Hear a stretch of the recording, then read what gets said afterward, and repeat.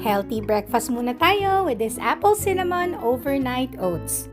For the apple cinnamon topping, kailangan lang natin ng 2 medium apples, balatan, pagkatapos ay i-dice, bahala na kayo kung gaano kalalaki. I-add lang natin siya sa isang pot with 2 tablespoon butter, 1 tablespoon lemon juice, 1/3 cup brown sugar or pwede nyong dagdagan or bawasan depende sa panlasa nyo, 1 teaspoon salt, 2 teaspoon ground cinnamon at pagkatapos ay haluin nating mabuti.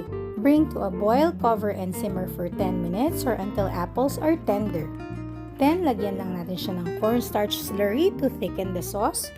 Ayan, pwede nyo pa siyang isimmer to reduce the sauce or pwede nyo namang dagdagan ng konting water if the sauce becomes too thick. Nakita ko tong mga cute jars with spoon and I think perfect to sa overnight oats natin. So, for each jar, maglagay lang tayo ng 1/3 cup rolled oats, 1 tablespoon chia seeds, 2 to 3 tablespoons yogurt, yung gamit ko dito yung homemade yogurt natin, and then 3/4 cup milk of choice. I use soy milk for this.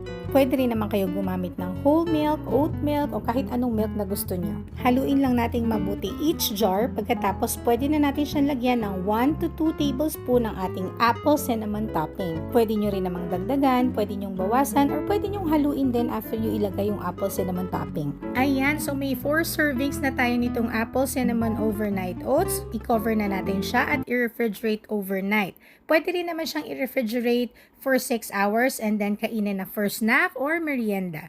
Ilagay na natin yung spoon para pwedeng grab and go na lang later or tomorrow. Enjoy and i-follow nyo lang ako if you want more recipes like this.